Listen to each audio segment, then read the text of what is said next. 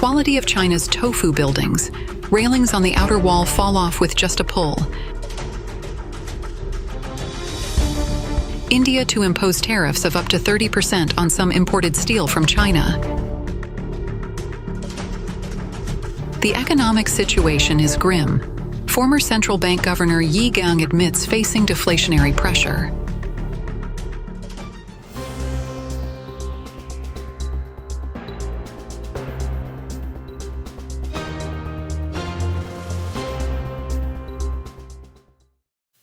This incident reveals just how poor the quality of a Tofu-dreg building in China is and how dangerous it can be to people. Residents of an apartment building on the 20th floor in Langfang City, Hebei Province, attempted to install air conditioners. While workers were operating at high altitude, the guardrail at the installation site for the air conditioning unit, as designed by the building, fell off, nearly causing a serious safety accident. A video of the incident was shared online a few days ago, shocking viewers with its intensity. According to a mainland media website on September 11th, Mr. Zhang from Langfang, Hebei Province, was recently installing air conditioners for residents of a high-rise building on the 20th floor. As he climbed to the installation site, carrying the heavy air conditioning unit around his waist, he reached out to grab the guardrail attached to the outer wall of the building. To his shock, one end of the guardrail immediately came loose. It turned out that the guardrail was only secured with an expansion screw on one side.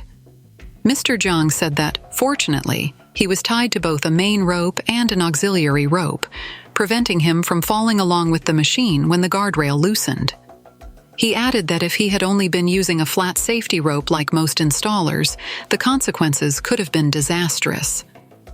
Mr. Zhang brought this incident to the attention of the media, hoping to remind his fellow workers of the importance of not neglecting or simplifying safety measures during high-altitude work. He emphasized that safety always comes first. After the incident was reported and the video went viral, Chinese netizens expressed their outrage and shock. One netizen commented, "The person who installed that guardrail must have had their conscience eaten by a dog. This is practically attempted murder." Another wrote, "This is playing with people's lives. The quality of construction is absolutely chilling." Yet another netizen asked, if the worker had only tied a single safety rope, who would have been held responsible for the fatal accident? It is understood that, had the installer fallen due to the loose guardrail, the building's original construction unit, the contractor, and the supervising entity would all be held responsible. India to impose tariffs of up to 30% on some imported steel from China. India's finance ministry has issued an order to impose tariffs ranging from 12% to 30% on certain steel products imported from China and neighboring Vietnam, aiming to protect and promote local industries. According to Reuters, the order issued on Tuesday, September 10th, states that over the next 5 years, taxes will be imposed on welded stainless steel pipes exported from China, the world's largest steel producer, and Vietnam. Since the clash between Indian and Chinese troops in the disputed Himalayan border area in 2020, relations between the two countries have been tense. India has increased its scrutiny of Chinese investments and halted related major projects. However, Indian Foreign Minister Subrahmanyam Jaishankar said on Tuesday that India is not rejecting business from China. He added that the real issue is which industries China operates in and on what terms, though he did not elaborate.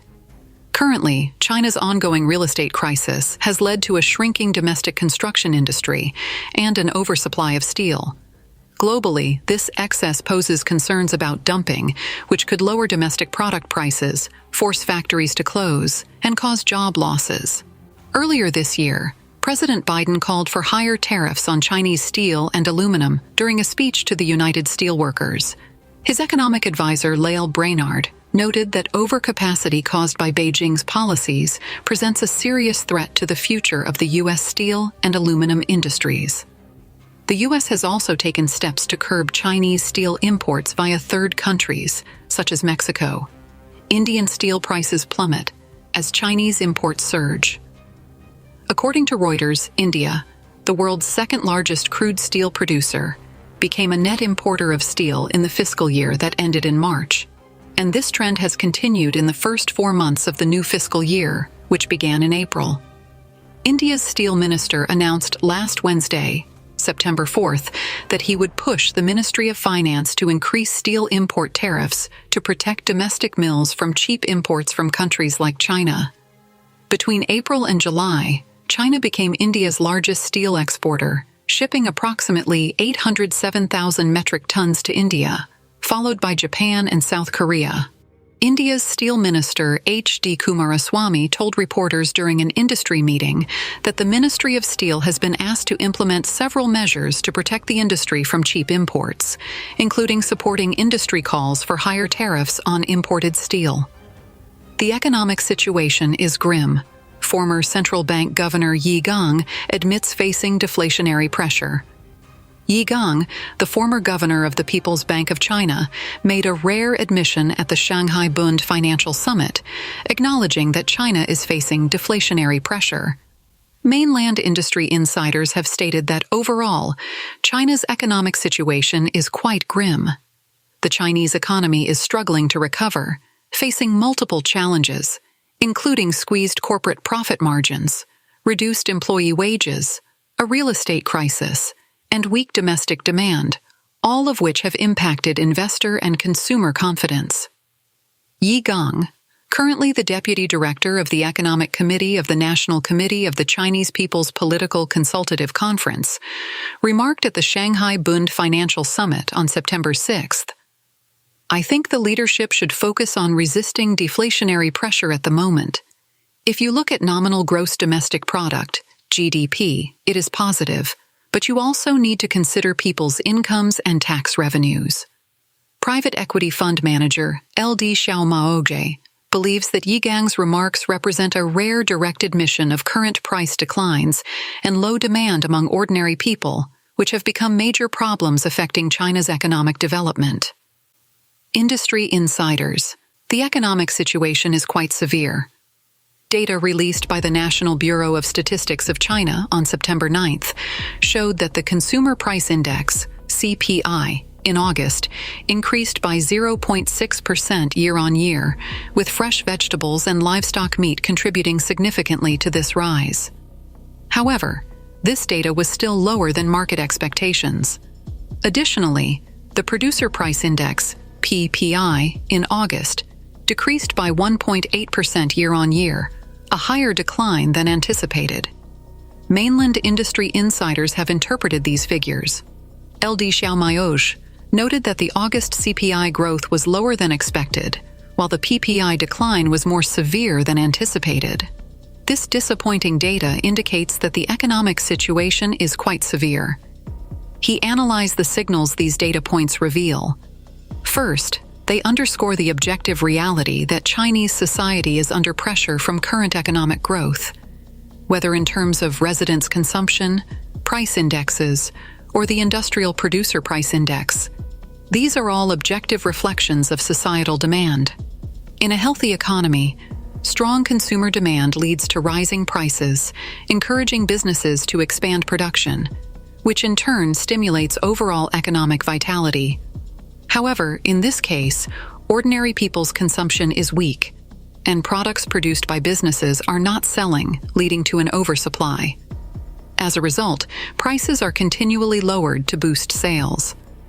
In the long run, companies will face reduced production and capital, forcing them to cut costs by reducing wages or even laying off employees.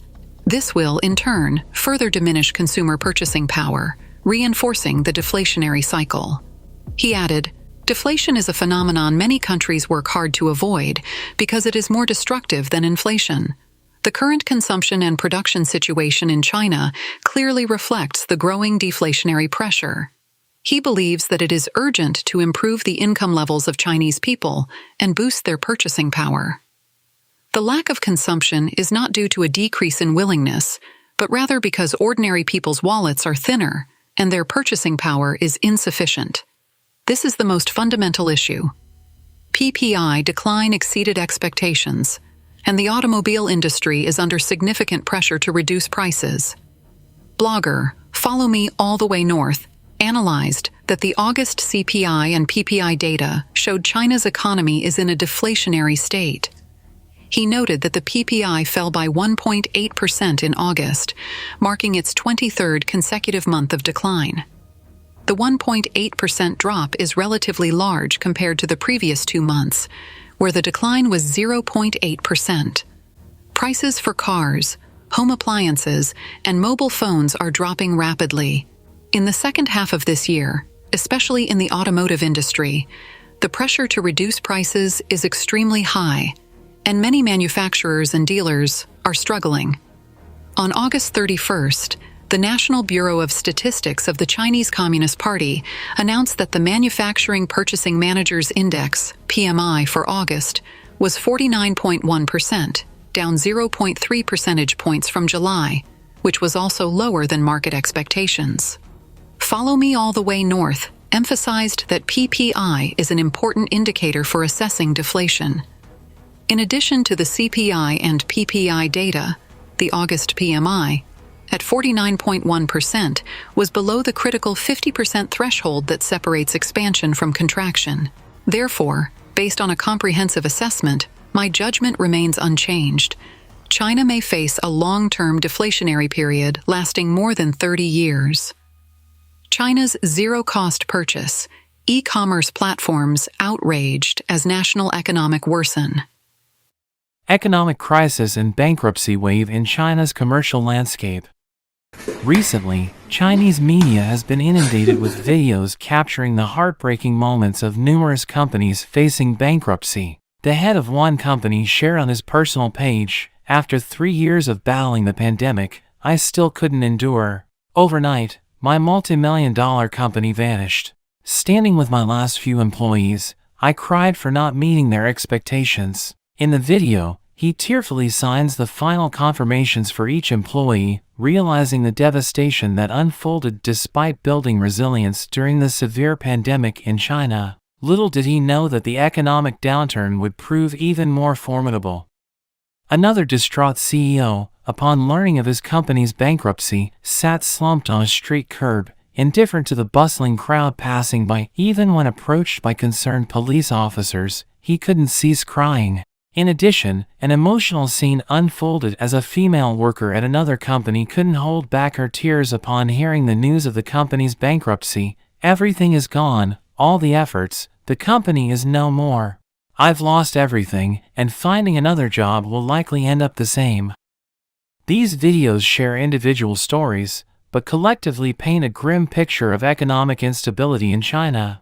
Almost every measure taken by the Chinese government seems futile, exacerbating the worsening situation. A wave of bankruptcies hits various companies, and China's commercial empire, online retail and e-commerce, is on the brink of collapse, with numerous companies shutting down simultaneously. What is the root cause of China's commercial empire downturn? These videos reflect not only personal tragedies but also a broader crisis that challenges the effectiveness of the Chinese government's interventions, leaving the once thriving commercial landscape teetering on the edge of collapse.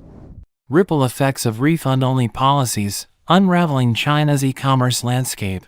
A company with an annual gross merchandise volume, GMV, of 1 billion CNY has unexpectedly gone under. Just last year, it was thriving, but now it appears to be in a dismal state. This company specialized in women's clothing and was led by an entrepreneur with roots in the Taobao ecosystem. After accumulating substantial profits, the entrepreneur invested in an entire floor, which included warehouse facilities, customer service, logistics, and a design department. Currently, the warehouse is burdened with tens of millions worth of unsold inventory. Let me show you around. Dresses that would typically sell for over 100 or 200 yuan are now being liquidated at a mere 10 yuan per piece, with some going as low as 5 yuan.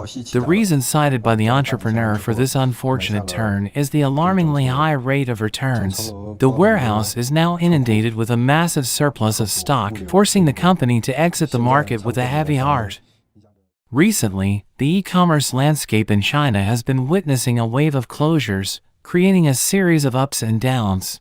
Last year, these e-commerce businesses already faced a profitability squeeze due to the prevailing trend of low prices promoted by various platforms, leading to numerous closures. Now, major shopping platforms are mimicking Pinduoduo by introducing a refund-only feature, marking the resurgence of nightmares for merchants. This policy allows users to obtain a refund without returning the purchased item, a mechanism pioneered by Pinduoduo in 2021.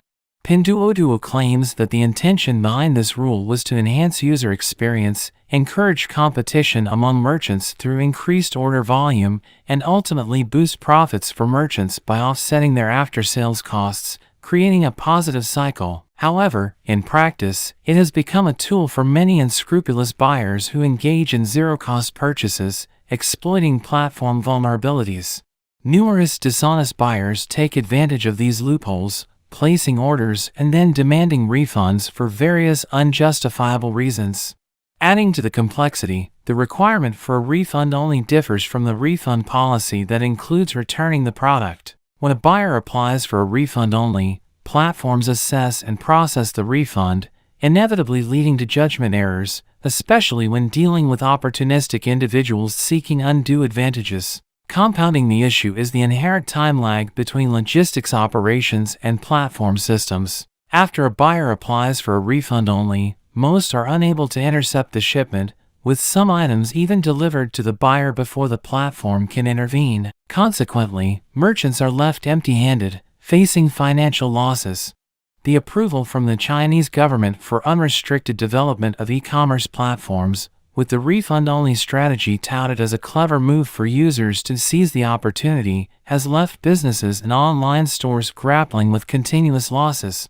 This cunning ploy has created a dire economic situation in China, pushing enterprises to the brink. The consequences are so severe that some customers, in an act of defiance, have returned a brick instead of the products, and astonishingly, still received full refunds.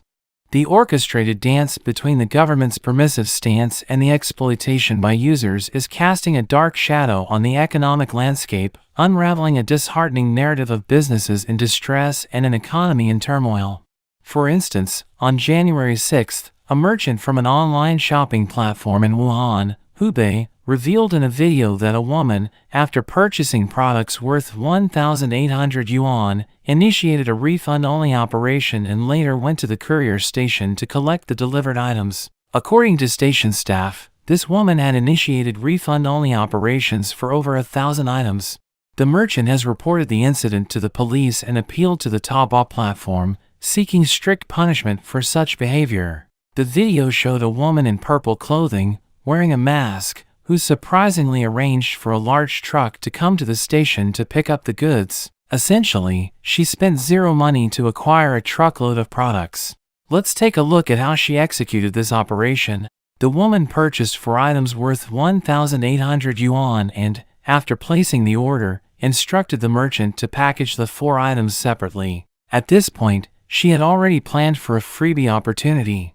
Upon seeing the logistics information, she applied for a refund once the items reached the express delivery point. To please the user, the platform directly processed the refund for her. After receiving the refund, she effectively took 3 items, rejecting only 1. However, she had applied for a refund for all 4 items. The refund-only operation essentially allowed her to acquire 3 items, collectively valued at over 1,000 yuan, without spending a penny. The merchant appealed to the platform, but the appeal was unsuccessful. The platform, in an attempt to enhance customer experience, inadvertently attracted a group of opportunistic individuals engaging in unethical practices. While the refund-only policy has its share of problems, the implementation of this policy, coupled with an unbeatable low-price strategy, has propelled Pinduoduo's rapid growth in the past 3 years. Despite the numerous challenges, it is considered one of the secrets behind Pinduoduo's success in grabbing a significant share of the Chinese e-commerce market from its competitors. As widely known, Pinduoduo initially gained traction by targeting what is commonly referred to as lower-tier or outside the fifth ring users, primarily those with limited purchasing power in rural areas. The year 2018 marked a turning point for Pinduoduo when its user base began to surge. Key characteristics of Pinduoduo users include lower educational levels, an average age of 45, and a significant proportion of female users. This demographic tends to have a late start in online activities and often lacks extensive experience in online shopping compared to users in first-tier cities. These users, often playing the role of vulnerable consumers in many after-sales disputes, benefit significantly from Pinduoduo's implementation of the refund-only feature, making the refund process more convenient for them and contributing to a substantial increase in user numbers. However, the widespread use of this feature has resulted in a phenomenon where merchants end up with both lost money and unsold goods, leading to resistance and even retaliation from platform sellers. In the past year, Pinduoduo faced a highly publicized incident known as the exploding shops. Starting from March 28, 2023, individuals organized and launched coordinated attacks on dozens of brand stores on the Pinduoduo platform through short video platforms and social media. This organized and premeditated action aimed to exploit loopholes in Pinduoduo's refund-only service. It was a collective expression of dissatisfaction among merchants who felt that Pinduoduo's punishment rules favored consumers, resulting in unfair penalties for merchants in disputes with consumers. This discontent led to the temporary closure of some brand stores as a protective measure against further losses. Despite the negative impact on normal business operations, Pinduoduo chose to retain the refund-only service, asserting its commitment to not succumbing to any online criminal activities. This stance won Pinduoduo more customers but also intensified the debate on the ethical implications of such policies. Examining Pinduoduo's financial reports, it's evident that measures like refund-only have significantly contributed to the platform's recent revenue growth and profits, surpassing industry averages. By the end of 2021, Pinduoduo boasted an active buyer base of 860 million, closely trailing Alibaba's 979 million Chinese consumer data. This user base surpassed even JD.com's 570 million active buying users at the time, with Pinduoduo's market value surpassing Alibaba's in November 2023. The pressure on Alibaba and JD.com to follow suit with low-price strategies increased.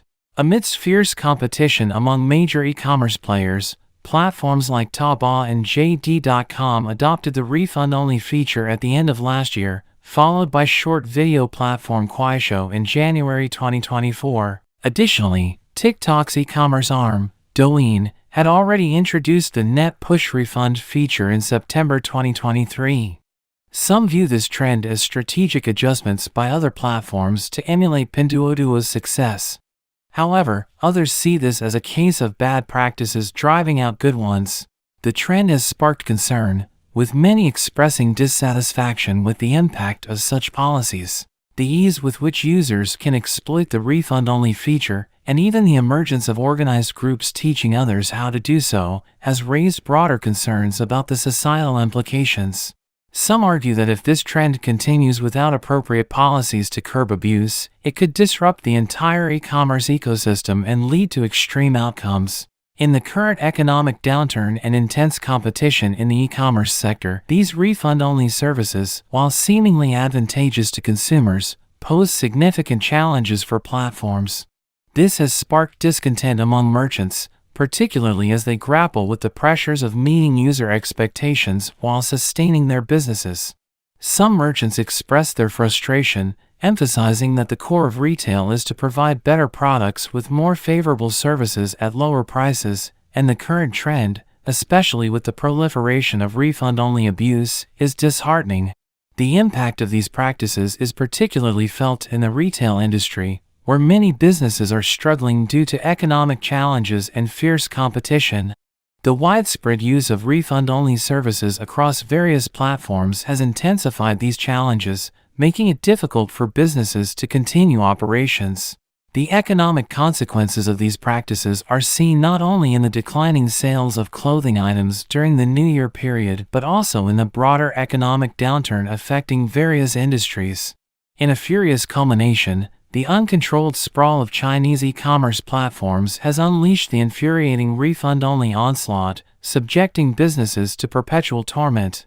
The core cause of this economic maelstrom lies in the callousness of the CCP, which, despite greenlighting the unbridled expansion of these platforms, callously dismisses the catastrophic repercussions on enterprises.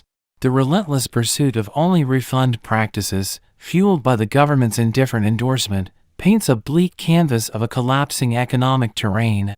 This crisis's genesis can be unequivocally traced to the CCP's apathetic policies, ruthlessly destabilizing businesses and aggravating the economic nosedive.